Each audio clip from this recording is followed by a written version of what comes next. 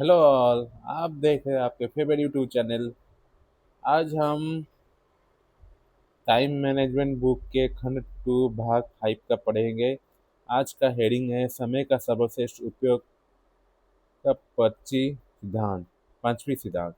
काम सौंपना, डेलीगेशन सीखे। कोई भी इंसान सब कुछ नहीं कर सकता। बहरहाल कई लोग हर काम खुद करने की कोशिश करते हैं और हाजिर है और वे असफल होते हैं। हर व्यक्ति वो यह चाहता है कि अपने महत्वपूर्ण काम वो खुद करे, लेकिन एक निश्चित ऊंचाई पर पहुंचने के बाद प्रगति करने के लिए दूसरों के काम सौंपना अनिवार्य हो जाता है। बिजनेस की शुरुआत में वो व्यक्ति काम खुद कर सकता है, परंतु बिजनेस बढ़ने के बाद काम इतने बढ़ जाते हैं कि सहयोगिता बिना तरक्की नहीं की जा सकती है। ऐसे में अगर वो सही सहयोगी खोजकर उन्हें काम सौंपना सीख ले तो आगे वो प्रगति कर सकते हैं। अगर वो यह नहीं सीख पाता तो भविष्य में उसकी प्रगति की संभावना धूमिल हो जाती है।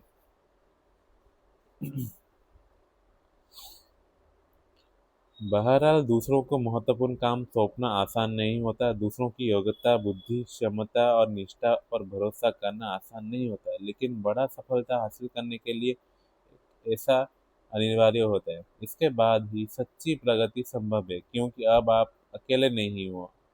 अब आपके पास एक टीम है, जिसकी वजह से आपका समय कहीं गुना बढ़ जाता है और आपका सदुपयोग करके ज़्यादा तेजी से अपनी मंजिल पर पहुंच सकते हैं।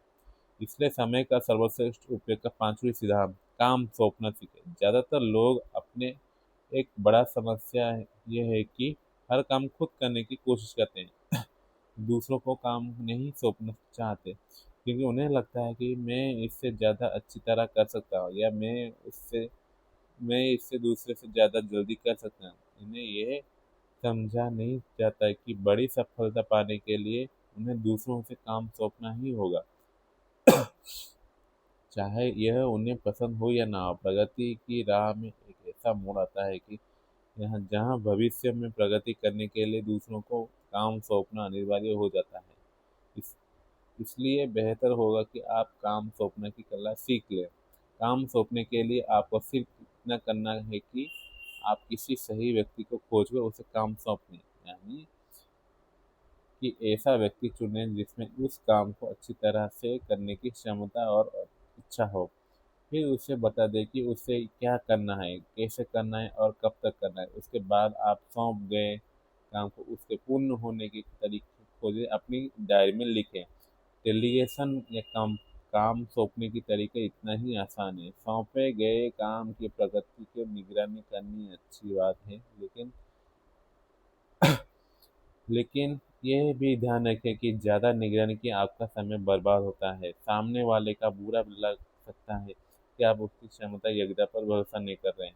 काम सौंपने की कला में निपुण होने के लिए सिर्फ दो चीज़ों की जरूरत है, ये पता लगाने की कौन से काम सौंपा जा सकता है और कैसे। बस इतनी सावधानी बरतें कि अति गोपनीय, अत्यंत महत्वपूर्ण काम दूसरों को सौंपने की बजाय खुद कर ले। तो दोस्तों, आज आपने देख लिया कि खंड 2 का 5वां भाग खत्म हो गया। आप जो काम सोचते हो खुद करना है, तो शुरुआती में कोई काम सब काम खुद को करना है, पर बाद में आपको काम सौंपना सीखना पड़ेगा। ठीक है, मिलते हैं दूसरे अध्याय में। तब तक के लिए जय हिंद, जय भारत।